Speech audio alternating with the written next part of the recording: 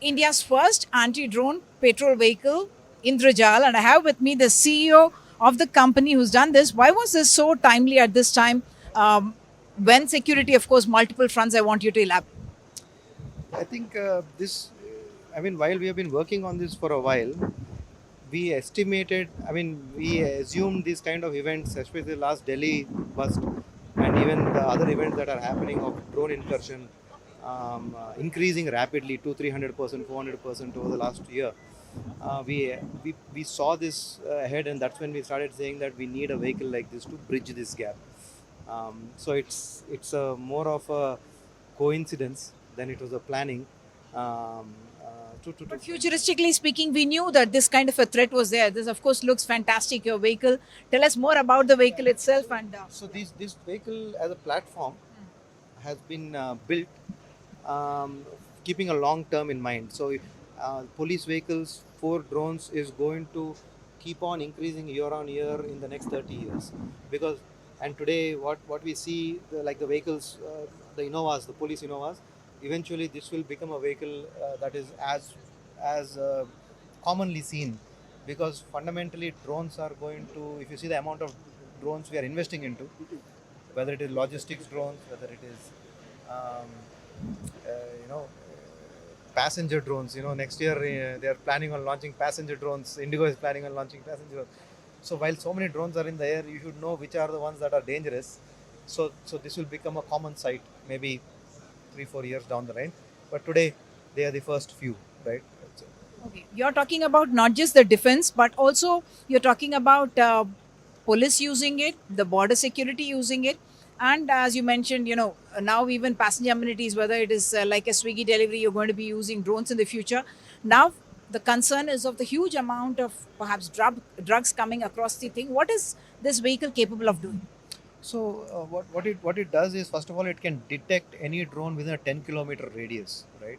So that means that if I am in a border area and there is a village that is 5 kilometers out, I can be 5 kilometers away from there, and I can actually see what is happening in that village in terms of drone activity. So if anything is coming across the border, I can see that okay, there's a drone coming 7 kilometers out. It's going towards this village, so I can immediately move with this vehicle. So one of the unique things about it is that the system works when the vehicle is moving. I don't need to switch off the system to make the vehicle work.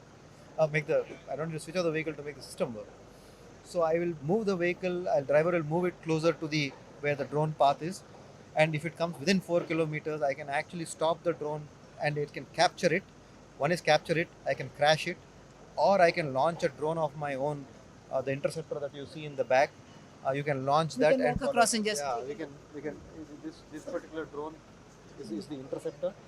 So this can launch and it will follow the drone, the threat till the village and give me the location of where it is landing, dropping it, and in some cases even maybe crash the drone if it is required, if it's carrying weapons of something of that sort. So is this, you said this is AI enabled?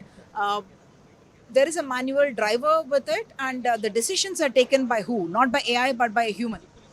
So fundamentally, the AI, the autonomy is about engagement of drones. The autonomy is not the vehicle. The vehicle is driven by a driver by now, but there is an operator who's sitting in the back, and the AI element or the autonomy element is that it is attacking the drone.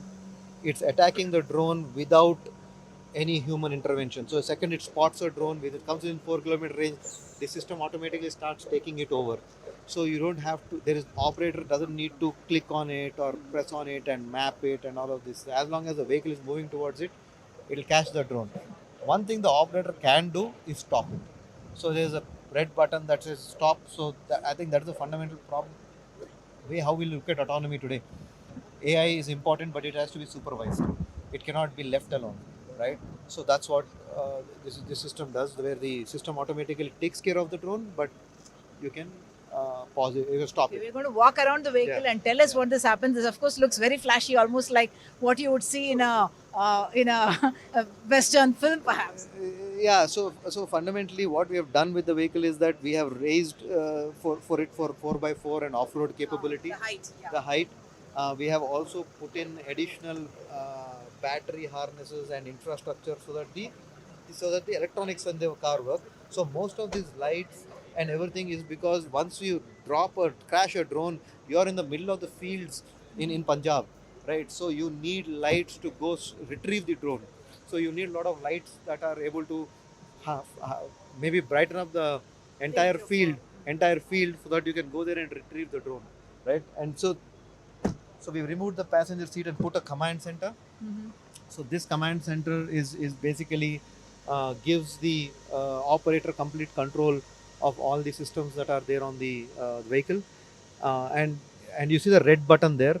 So that's what I'm talking about, the red button when you if stop to the to any kind of mitigation, right? So that's primarily why that has been put in place. But the system, the second it detects something, it automatically starts mitigating the drone or tracking it, and so on and so forth.